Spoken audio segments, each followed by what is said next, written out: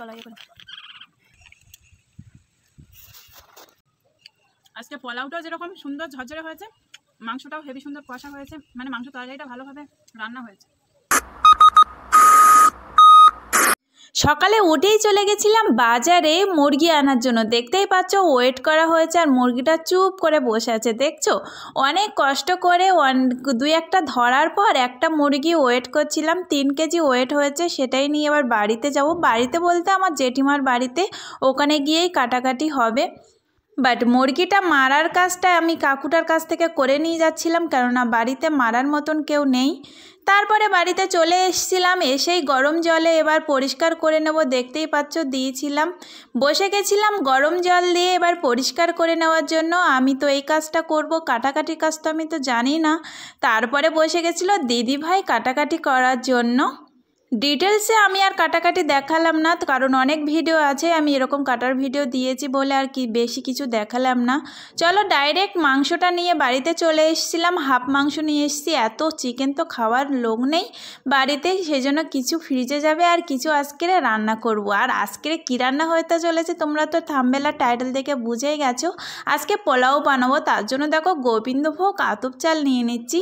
আর এই সাইডে মাংসর সব উপকরণই রেডি আছে, বাটা বুটি। আর আমি তো বেটেই দিই মাংসতে, তোমরা তো জানো গুঁড়ো মশলা খুব কম ইউজ করি। তারপরে দেখো ম্যারিনেট করে নিচ্ছিলাম মাংসটা, পেঁয়াজ রসুন আদা জিরে ঝাল বাটা, আরও কাঁচা ঝালও কিন্তু আমি আজকে বেটে দিয়েছি, গোটা ঝাল দিইনি। তারপরে যা যা মশলা লাগে লবণ হলুদ সব পরিমাণ মতো দিয়ে তেল দিয়ে ভালো করে মাখিয়ে নিয়েছিলাম। আর এই ম্যারিনেশন কাজটা যদি তোমরা ভালো মতো করো না, আমি গ্যারান্টি দিচ্ছি তোমাদের মাংসর তরকারি অবশ্যই ভালো, খুব ভালো টেস্ট হবে। দেখো আমি কত সুন্দর করে মাখিয়ে নিচ্ছি, দেখে মনে হচ্ছে না হাফ কুক হয়ে গেছে। চলো মশলাগুলো দিয়ে মাংস তো ম্যারিনেশন হয়ে গেল, এবার পোলাও রান্না করব। তো তার জন্য দেখো এবার জলটা কিছু সময় আমি এভাবে ভিজিয়ে রেখেছিলাম চালের সাথে, দিয়ে এবার গেলে আমি একটা থালায় দেখো এইভাবে ছড়িয়ে নিচ্ছি জলগুলো শুষে নেওয়ার জন্য। চলো এই সাইডে চালের জলটা শুষুক, তার মধ্যে তোমাদেরকে একটা টিপস করে দেখাই। দেখো এভাবে গ্যাসের উনানে একটা স্টিলের পাত্র নিয়ে তার উপরে একটু ঘি দিয়ে দেবে। যতটা পরিমাণ তোমরা চালটা মাখিয়ে রাখতে না, ম্যারিনেশন করে রাখতে চালটা, ততটাই ঘি দিয়ে দেবে। দেখো আমি 100 গ্রাম ঘি দিয়ে দিয়েছি, তার মধ্যে 1 চামচ হলুদ গুঁড়ো দিয়ে দিয়েছি।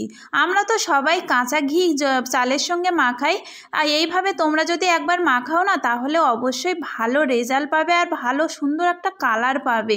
তোমরা বিশ্বাস করছো না তো অবশ্যই ট্রাই করো, দেখবে আশা করছি তোমাদের ভালো লাগবে। চলো এইবার আমি চালের সঙ্গে ভালো মতো মিশিয়ে নিয়েছি, তার মধ্যে এবার দিয়ে দেবো কাঁচা লঙ্কা আর আদা একসঙ্গে পেস্ট করে নিয়েছিলাম, 1 চামচ দিয়ে দিয়েছি। আর একটু দিয়ে দিয়েছি গরম মশলা। এবার তা একটু ভালো করে মিশিয়ে নিয়ে রেখে দেবো 1 ঘন্টার জন্য। হ্যালো এভরিওয়ান, তোমরা সবাই কেমন আছো? আশা করছি ভালো আছো, আমিও অনেক ভালো আছি। তো আজকে আর একটা নিউ ভিডিও নিয়ে চলে এসেছি। আর সকাল থেকে এত ব্যস্ততা, তোমরা তো ভিডিও শুরুতে দেখলে, এখন ফাইনালি তোমাদের সঙ্গে কথা বলার সময় পেলাম। তো চলো আজকে তোমাদেরকে পোলাও আর চিকেন কষা বানিয়ে রেসিপি বানিয়ে দেখাবো। তো তার জন্য দেখেছো আমি সব কিছু গুছিয়ে নিয়ে চলে এসেছি উপরে। এবার দেখো আমি হাঁড়িতে আজকে পোলাওটা করব, তার জন্য বের করার তো কিছু নেই, চামচও আনিনি। দেখো আমি হাঁড়িতে সাদা তেল দিয়েছি, তোমরা চাইলে ঘিটা নাও দিতে পারো, বাট আমি ঘি অল্প দিয়ে দিয়েছি আর সাদা তেল দিয়ে দিয়েছি। ঘি আর সাদা তেল যখন গরম হয়ে যাবে, তার মধ্যে ছেড়ে দেবে 3টে তেজপাতা, তার মধ্যে দিয়ে দেবে 3 থেকে 4টে এলাচ। তোমরা চাইলে গুঁড়ো করে দিতে পারো, একটু আদা গুঁড়ো করে দিতে পারো, আমি গোটা দিয়ে দিয়েছি। তারপরে দারচিনি আর লবঙ্গ দিয়ে দেবে, দিয়ে ভালো করে নাড়তে হবে, নেড়ে চেড়ে যখন একটু বাদামি কালার চলে আসবে আর যখন সেন্ট বার হতে শুরু হবে না, তখন দিয়ে দেবে কাজু বাদাম।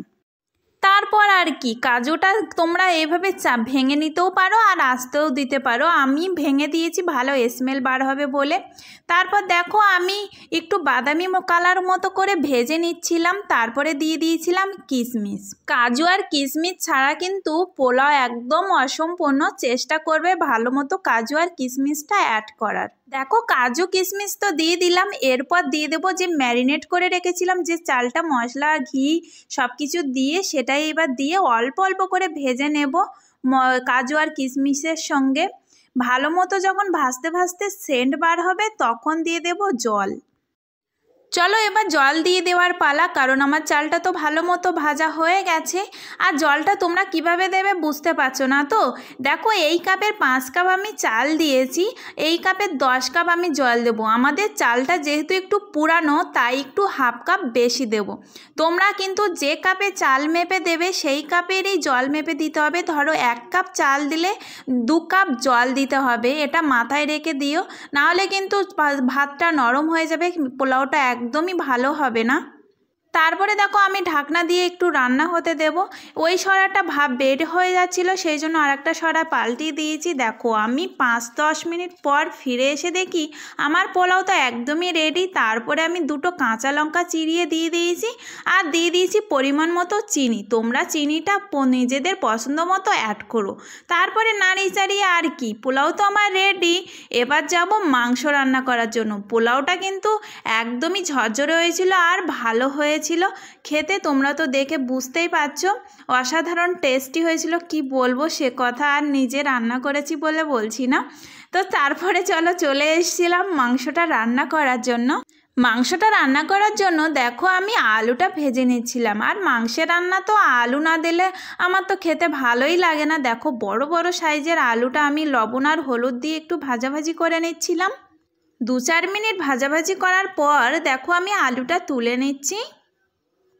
আলু ভেজে নেবার পর যে এক্সট্রা তেল ছিল তার মধ্যে দেখো তেজপাতা, লবঙ্গ, দারচিনি দিয়ে দিয়েছি আর দিয়ে দিয়েছি পেঁয়াজ আর একটু একটু করে মশলা রেখে দিয়েছিলাম ম্যারিনেশন করার পর। সেগুলোই দিয়ে দেখো কষিয়ে নিচ্ছি ভালো মতো।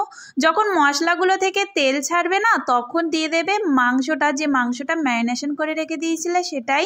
আচ্ছা তোমরা কি একটু লক্ষ্য করেছো আমি কত কম তেলে রান্না করছি? আসলে নিজের কাছে পণ করেছি যে আমি আজকে কম তেলে রান্না করব, দেখি কেমন লাগে। দেখো একটু গা বাবিয়ে জল দিয়ে একটু ঢাকনা দিয়ে 5 মিনিট পর আবার একটু খুলেছি যাতে তলায় না লেগে যায়। উনানে রান্না করলে কিন্তু তলায় লেগে যাওয়ার সম্ভাবনা আছে, তাই জন্য বারে বারে একটু ঢাকনা খুলে এভাবে নাড়ি চালিয়ে নিলে একদমই লেগে যাবে না।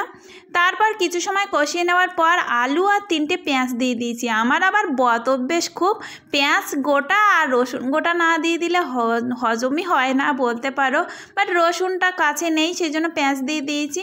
তারপরে কিছু সময় একটু ভালো মতো কষিয়ে নিয়েছিলাম, কিন্তু তারপরে দেখো আমি গরম জল অ্যাড করেছি। আমি কিন্তু রান্নায় সবসময় গরম জল অ্যাড করি যাতে মাংসর তরকারিটা বলো যে কোনো তরকারি ভালো টেস্টি হয়। দেখো কত সুন্দর কালার চলে এসছে। তারপর একটু মরিচ গুঁড়ো দিয়ে দিচ্ছিলাম, একটু ধনিয়া গুঁড়ো দিয়ে দিচ্ছিলাম। নামানোর আগে একটু গরম মশলার গুঁড়ো অ্যাড করেছি। তারপরে দেখো নামিয়ে নিয়েছি। আমার আজকে পোলাও আর চিকেন রান্না তো কমপ্লিট। এবার হচ্ছে খাওয়ার পালা, চলো খেতে বসে যাই। দাঁড়াও তোমাদেরকে একটু দেখিয়ে দিই কিছু সময় পর আমার মাংসের তরকারি কালারটা কেমন এসেছিল আর পোলাওটা কেমন ঝরঝরে আর খুব সুন্দর টেস্ট হয়েছিল, দেখতেও অসাধারণ হয়েছিল। চলো এবার আর দেরি নয়, তাড়াতাড়ি খেতে যাব।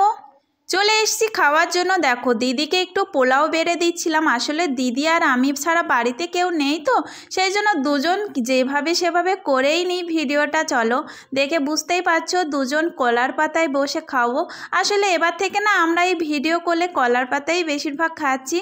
চলো এইবার পোলাও আর মাংস তরকারি নিয়ে নিচ্ছি, এবার বসে যাব খাওয়ার জন্য। এবার চলো রিভিউ দেওয়ার পালা।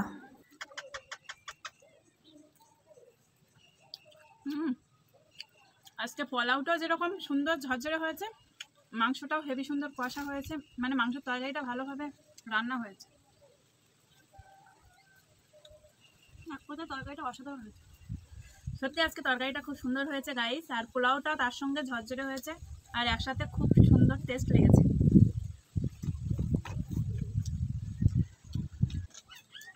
তো চলো গাইস আজকে ভিডিওটা কেমন লেগেছে অবশ্যই কমেন্ট করে জানিও, আর ভালো লাগলে অবশ্যই একটা লাইক করতে ভুলো না। আর আমার রিয়া কুকিং অফিসিয়ালে যারা যারা নতুন আছো তারা অবশ্যই চ্যানেলটাকে সাবস্ক্রাইব করতে ভুলবে না। আর আমার যারা ফেসবুক থেকে দেখছো তারা পেজটাকে অবশ্যই, যারা নতুন আছো পেজটাকে ফলো করে রাখবে। এরকম নতুন নতুন রেসিপি আপডেট তাড়াতাড়ি তোমাদের ফোনে যাতে পৌঁছে যায়।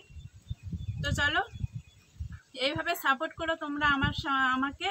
আর কিছু বলার নেই, তোমরা সবাই সুস্থ থেকো, ভালো থেকো, আর দেখা হচ্ছে নেক্সট এইরকম কোনো ভিডিওর সঙ্গে। টাটা।